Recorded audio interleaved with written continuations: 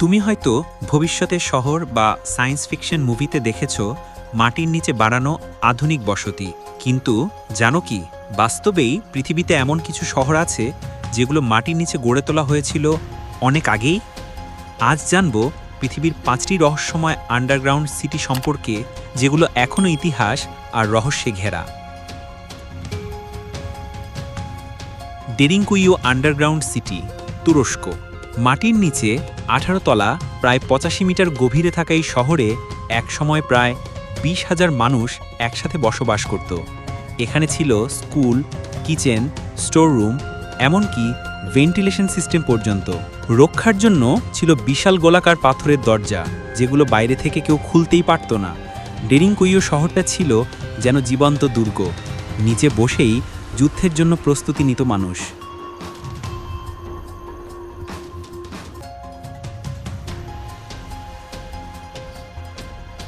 Cappadocia underground সিটিজ, তুরস্ক।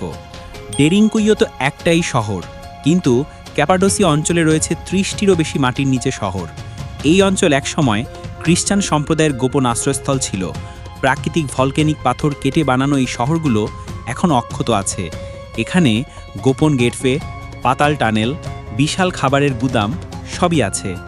এই শহরগুলো যেন ভূগর্ভে লুকিয়ে থাকা এক একটা রহস্যের জগৎ।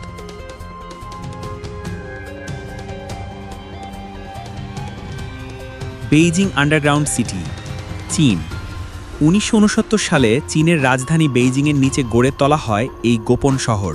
শীতল যুদ্ধের সময় পারমাণবিক হামলা ঠেকাতে এটা বানানো হয়েছিল। প্রায় 85 কিলোমিটার বিস্তৃত। এখানে ছিল সিনেমা হল, ক্লিনিক, স্কুল, সবজি উৎপাদনের ঘর, যেন একদম আস্ত শহর। যদিও এখন কিছু অংশ পর্যটকদের জন্য উন্মুক্ত রাখা হয়েছে, বাকিটা এখনও গোপন। চীন সরকার আজও পুরোটা প্রকাশ করেনি কেন, সেটাও এক রহস্য।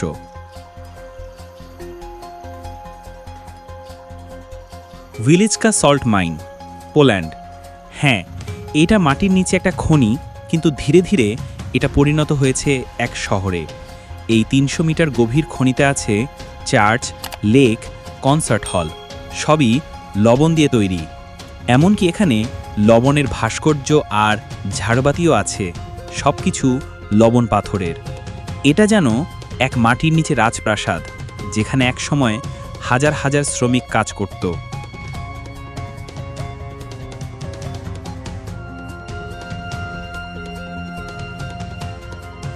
এমন শহরগুলো আমাদের দেখায় মানুষ বিপদের সময় কিভাবে প্রতিকূলতাকে জিতে নেয়। আর ইতিহাসের পাতায় গোপন থাকা এই শহরগুলো আজও মানুষকে চমকে দেয়। তোমার কাছে কোন শহরটা সবচেয়ে অবিশ্বাস্য মনে হলো? কমেন্ট করে জানাও। আর ভিডিওটি ভালো লাগলে চ্যানেলটি সাবস্ক্রাইব করতে ভুলে যেও না।